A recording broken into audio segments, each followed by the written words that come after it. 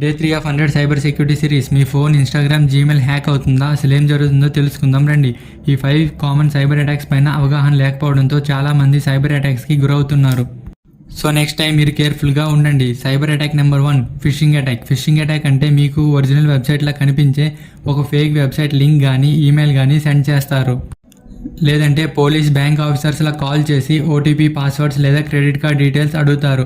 మీరు అది నమ్మి ఆ లింక్స్ పైన క్లిక్ చేసినా లేదా మీ డీటెయిల్స్ వాళ్ళకి చెప్పినా మీ ఫోన్, సోషల్ మీడియా అకౌంట్స్ లేదా బ్యాంక్ అకౌంట్స్ని హ్యాక్ చేస్తారు. నెక్స్ట్ టైం ఇలాంటి ఫేక్ లింక్స్ని క్లిక్ చేయకండి.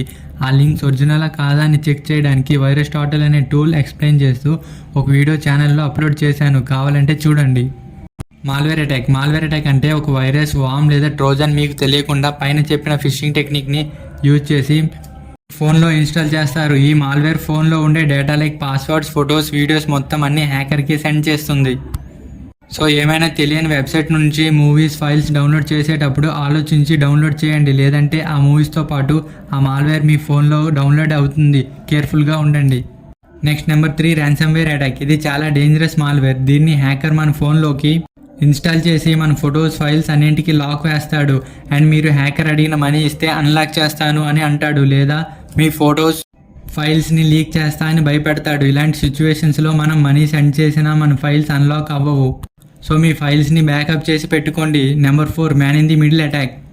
ఇది ముఖ్యంగా పబ్లిక్ వైఫై యూజ్ చేసేటప్పుడు జరుగుతుంది. హ్యాకర్ తను క్రియేట్ చేసిన ఫేక్ వైఫైని కనెక్ట్ చేసుకునేలా చేసి మనం మెసేజ్ చేసే వాళ్ళకి మధ్యలో ఉండి మన మెసేజెస్ని చూస్తాడు, చేయాలన్నా చేయగలడు. ఇంకా మన పాస్వర్డ్స్ని క్యాప్చర్ చేస్తాడు. సో పబ్లిక్ వైఫై యూజ్ చేసేటప్పుడు VPN యూజ్ చేయండి. Number 5, social engineering attack. ఇది చాలా డేంజరస్ అటాక్. మనకి తెలియకుండానే హ్యాకర్ మనతో ఫ్రెండ్షిప్ చేసి వాడికి కావాల్సిన ఇన్ఫర్మేషన్ అంతా తెలుసుకుంటాడు. సో కొత్తగా పరిచయం అయిన వాళ్ళతో జాగ్రత్తగా ఉండండి. అందరూ ఇలానే ఉంటారని కాదు, కానీ సేఫ్గా ఉండండి. సో ఇలాంటి సైబర్ అటాక్స్ నుండి మిమ్మల్ని మీరు ప్రొటెక్ట్ చేసుకోవాలి అంటే స్ట్రాంగ్ పాస్వర్డ్స్, 2 ఫ్యాక్టర్ అథెంటికేషన్, యాంటీవైరస్ని యూజ్ చేయండి. తెలియని లింక్స్ని అవాయిడ్ చేయండి. పబ్లిక్ వైఫై యూజ్ చేస్తే ప్రాపర్ మెజర్స్ తీసుకోండి. సో ఇలాంటి సైబర్ అటాక్స్ మనకి తెలియకపోవడం వల్లనే అవుతున్నాయి. సో సైబర్ అవేర్నెస్ని పెంచుకోండి.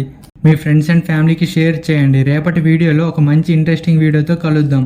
మీకు సైబర్ సెక్యూరిటీ పైన ఏమైనా డౌట్స్ ఉన్నా లేదా స్పెసిఫిక్ టాపిక్స్ పైన లెక్చర్స్ కావాలన్నా కామెంట్ చేయండి. తప్పకుండా ఆ వీడియోని అప్లోడ్ చేస్తాను. సో ఇలాంటి మరిన్ని cyber security, personality development, health tips కోసం మా ఛానల్ని లైక్ చేసి సబ్స్క్రైబ్ చేయండి.